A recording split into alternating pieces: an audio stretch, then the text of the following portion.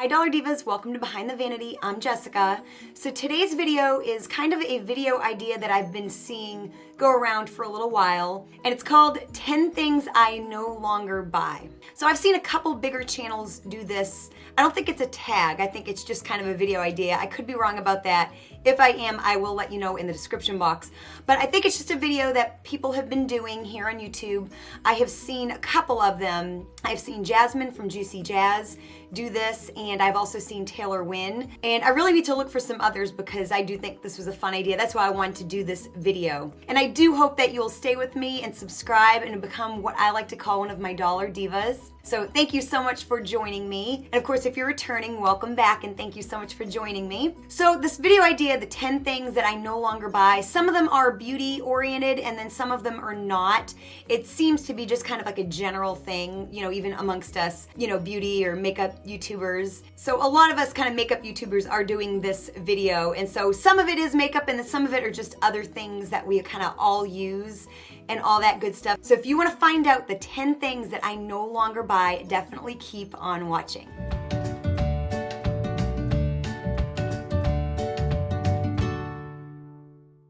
So I have a list here on my phone and these are in no particular order. So I'm just gonna go ahead and dive right in. So something I no longer buy are AA batteries. And the reason why is because I now buy rechargeable AA batteries. Basically, you know, everything, just about everything that I have uses AA batteries, and I was going through a lot of non-rechargeable AA batteries. So yeah, when it comes to like a 9-volt or maybe the occasional C or D battery or like a AAA, I still buy regular, but with AA's, with the amount that I use, I have decided to go rechargeable with those. So number 2 is eye makeup remover. I know it seems so weird, you know, of course wearing makeup and stuff, but I used to love the like Neutrogena or the generic equivalent, you know, that comes in that bluish kind of a container and you shake it up, it's got like the oil and all that stuff, and I used to use that to remove my eye makeup. And then I would use like cold cream or something to get rid of my face makeup. This is like a few years ago. I haven't used like eye makeup remover probably in about 3 or 4 years. And mainly because I've just switched to things that kind of remove both my face makeup and my eye makeup, like micellar water, makeup removing cloths. An old favorite of mine is cold cream, and I'm getting ready to try out like cleansing balm. So that's kind of like next on my list once I use up some of what I have. But yeah, eye makeup remover used to be a staple, and now it's just something that I don't buy just because I've got all these like double duty products and all that good stuff. So yeah, it's nice to not go through eye makeup remover and something for my face and doubling up on what I buy, what I consume, what I throw away, and just having one product that does it all. So that has been something that I never thought I would stop buying, but yet here I am killing it. So number 3 on the list is magazines. This is also one that I used to be such a sucker for magazines. When I was a teenager, it was like Glamour and YM and 17 and all those kind of beauty, I guess, teen magazine kind of things. I don't even know. Then I got older and it was like Cosmo and Marie Claire and all that stuff. And then for some reason in like my 20s, I really got into like the gossip rags, In Touch, Life and Style, all those horrible, horrible magazines that, you know, some of us just love. And when I worked on a cruise ship for about 4 months, and it was literally a lifesaver. I didn't have a computer with me at the time, and this was back in like 2008. And so like at the time I would have probably had a computer, so I couldn't really entertain myself with computer stuff very well. You know, you could use the computers on the ship, but it was really expensive and they were really slow. And I just didn't have a laptop, and I'd never done that kind of thing before. So I just didn't realize really the value of having one. So I literally kept myself entertained by, when I was in port, just buying any magazine I could find, and they saved my life. I would have been so much more bored than I was. But yeah, you know, and then of course just being at home, just going out and seeing the cover of a magazine and like just being like pulled in. But now, you know, I don't know if it's just because I'm older and I don't really know some of the people that are even in these magazines anymore, or I don't care, or I'm just over it, or social media, you know, our phones just have all this information, and I can keep myself entertained on my phone, you know, as we all can. Way too much. So yeah, magazines have just kind of become something that I kind of stopped buying and didn't really realize that I stopped buying them when it was happening. And then I've had periods of time where I'm like, oh, let me buy some magazines, and I bought a couple, and they haven't brought me the same joy. You know what I mean? So then it kind of became a conscious effort to be like, yeah, I probably won't ever buy these again. So yeah, magazines are something that, again, never really thought that I wouldn't buy and didn't really consciously stop buying, but I just don't buy magazines anymore. So number 4 on the list is as seen on TV, anything. So kind of when I was like a teenager, maybe like a young adult, probably in my 20s too, like me and my mom is very much a sucker for anything like as seen on TV. She always has been. Maybe not quite as much now as she used to be, but we could be so sucked in by anything as seen on TV. And I feel like I used to see a lot more stuff on the TV about as seen on TV stuff. And now, you know, it used to be you kind of had to order everything, you know, and now you just see it in stores. Like Walmart has all this stuff. And I'm very hard pressed to buy something as seen on TV. I mean, there are exceptions, but generally speaking, you know, I think a lot of them are very one-use things for the most part. And, you know, there's just lots of things that can do a lot of things and just take up less space and less clutter and all that kind of stuff. So I'm just not as pulled in by as seen on TV stuff that I used to be. You know, I'm very aware that a lot of times the demos on TV are much better than what the thing actually does in real life. They convince you so bad that you need to buy this thing. It's going to change your life.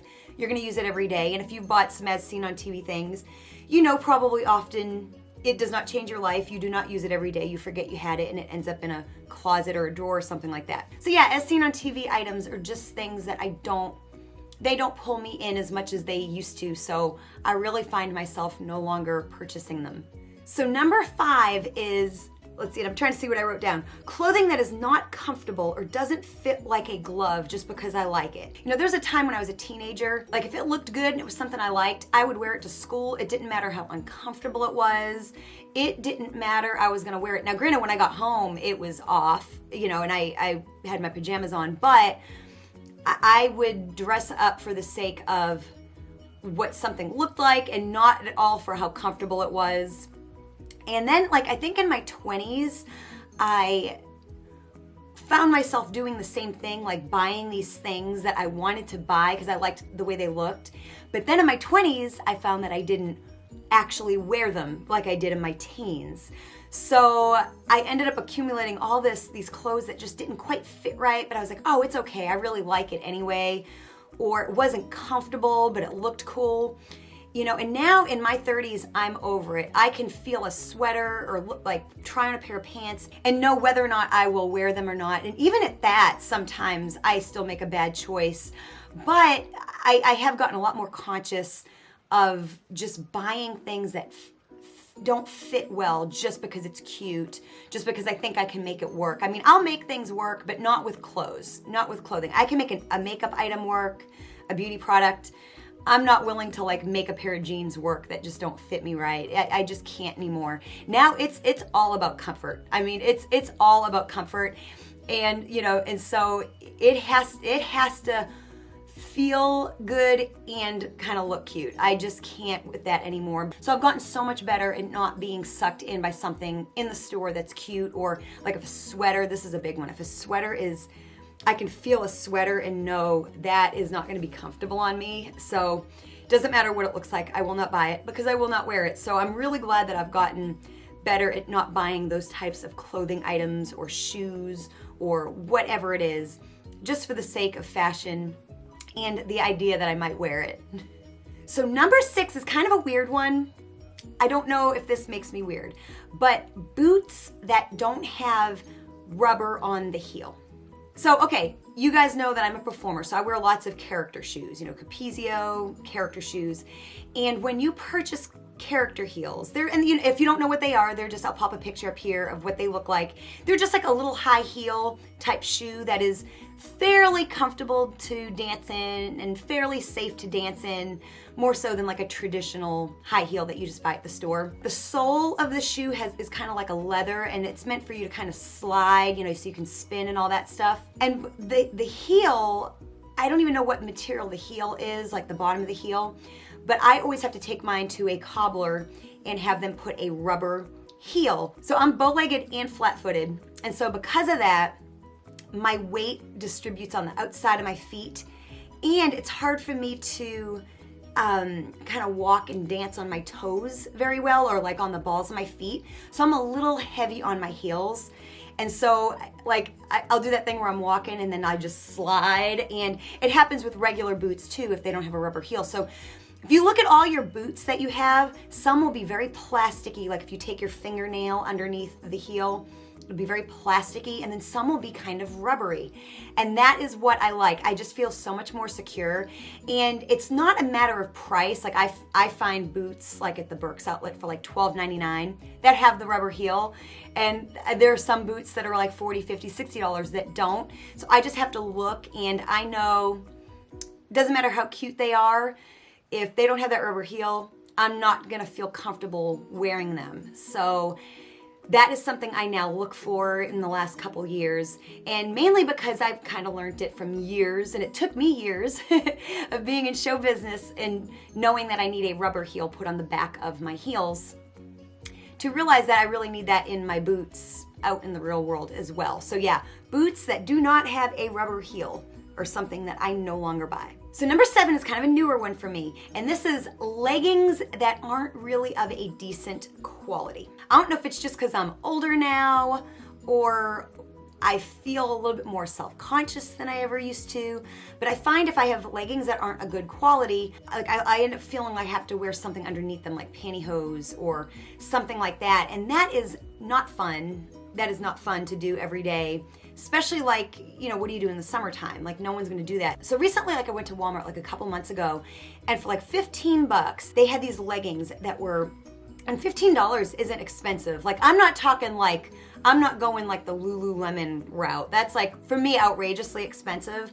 But for $15, these leggings are amazing. And I have bought probably 6 pairs of them, and because of it I no longer wear some of my old ones. So you don't have to spend a ton, but I'm kind of done spending like $5, so now I'm kind of more in like the $15 range for my leggings, you know, and just making sure the quality is really good. That way I feel comfortable and secure and can wear them with anything. And so, you know, that's just something that kind of took a while, and so it's kind of a newer thing that I kind of discovered by accident, and it was kind of by buying something and realizing how much better the $15 leggings were than the $5 leggings.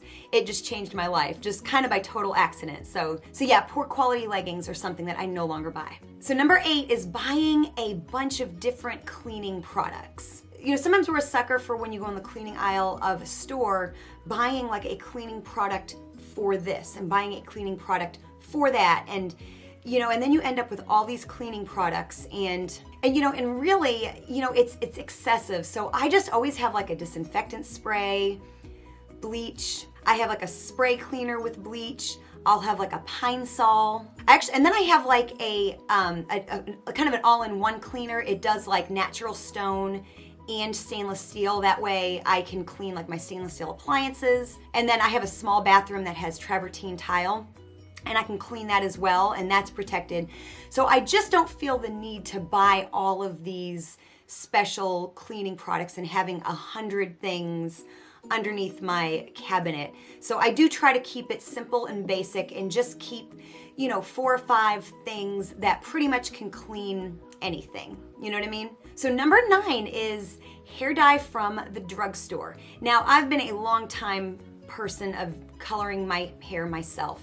And of course, when you start doing that, normally you start out by getting dye at the drugstore. And really, I think that's perfectly fine if what you do is just dye your hair like a color. You know, I think that's perfectly fine. Where it gets a little funny is when you're gonna lighten your hair or bleach your hair or highlight your hair. That is kind of when I started figuring out how to purchase from Sally's, because sometimes you need a 30-40 volume developer, and you really can't get that in a box highlighting kit at the drugstore. Now granted, you know, you have to do a little research, you know, not everybody can handle all that stuff, and I've made lots of mistakes, but once you kind of learn how hair dye works and everything, Sally's has so many great options. You know, it's great to be able to, if I do dye my hair one color, which I have done, It's great to be able to find the color. Then use a 10 volume developer versus a 20 that's gonna come with most of your store-bought box dyes from the drugstore.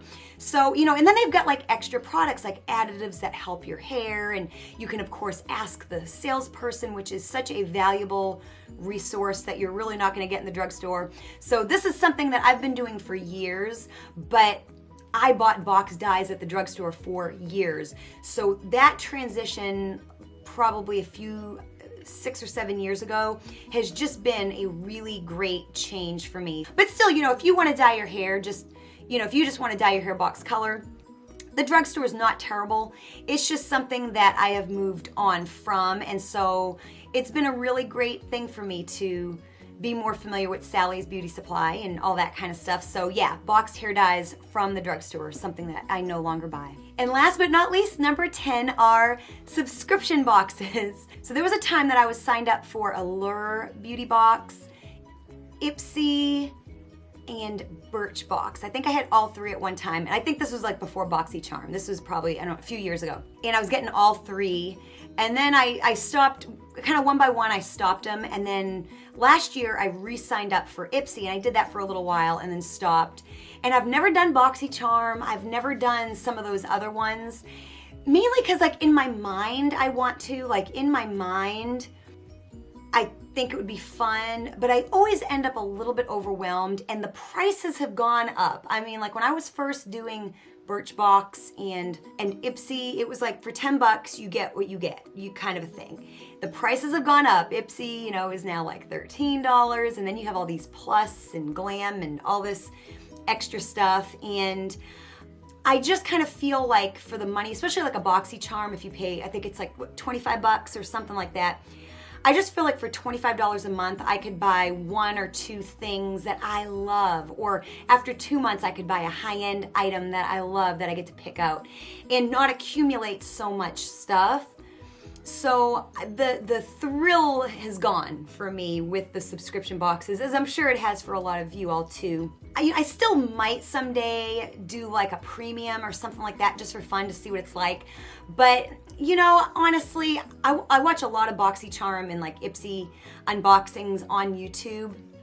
And honestly, I think I get more joy seeing what someone else gets than getting it myself. So I really just enjoy watching other people's. I don't think I even need to get them myself, because I really do experience the joy of seeing what someone else gets and all that good stuff. So yeah, the joy and the thrill is gone for subscription boxes for me. So it's something I don't know if I ever will again, probably not, but I never say never, but yeah, subscription boxes are something that I no longer buy. So I hope you enjoyed this video, and if you did, please show me you liked it by hitting that like button. Also too, leave me a comment if any of these things on my list are things that you used to buy that you no longer buy, and let's see which ones we have in common for sure, or which just in general, what are your things that you no longer buy? Definitely let me know. I would love to hear some of your answers. And also too, if you watch my videos and you love my content, and if you are not yet subscribed, it really helps me out, especially as I get closer to 1,000 subs. So if you enjoy my content, please hit that subscribe button. It really does help me out. And I do appreciate all of you new Dollar Divas and all of my returning Dollar Divas. Thank you so much for joining me, and I will see you next time. Bye.